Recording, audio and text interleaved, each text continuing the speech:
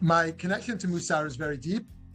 I would say it began in many ways when I was volunteering in a village in Africa some 25 years ago, trying to find myself.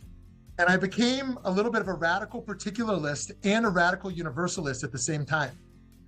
And we would volunteer in the day, and I was reading Rambam at night under this little campfire because there was no electricity. And I said, what is Judaism? What is it philosophically, fundamentally? You know, and there's three main camps of ethics in the philosophy tradition. There's deontology, there's utilitarianism, and there's virtue ethics. And I said, are we utilitarians? Is the right choice I make in my life determined by the consequence of the action? I said, it's too empty. It's useful, but it's not enough. And deontology, are we just a people of rules that we just follow the rules? We just fulfill our duties? I said, that's also very deep. We are a people who have rules and duties, but it's not enough. And Rambam steered me more deeply, Maimonides, more deeply towards this commitment of virtue ethics, that what it means to be a Jew is to strive to be more godly.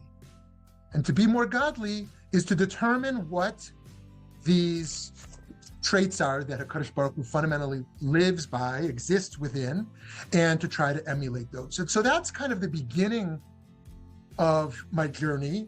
And this today is my most central Torah.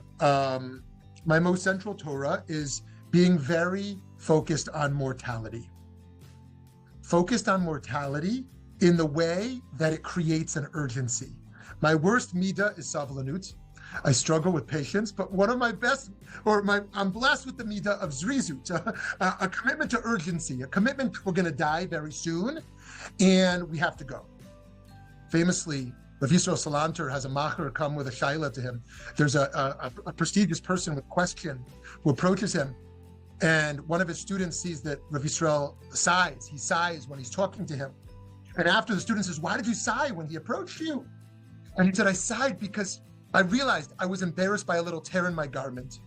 There was a little tear in my garment and I was so embarrassed, and I realized in the next world, how embarrassed will I be by the amount of tikkun I had in my hands and didn't embrace, right? And I feel that. I have this sense that we have a lot of privilege today. In the 21st century, we have a lot of opportunity that Jews throughout history didn't have.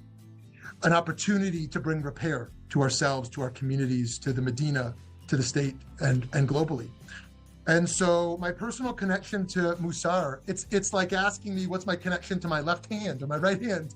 You know, it's like I'm alive as a Jew, that's all I know. And I'm alive to be a part of a process of tikkun. Like that's what life is about. Like we're here to you know, as long as the candle is still lit, there's tikkun to do. As long as we're still alive, there's repair to happen.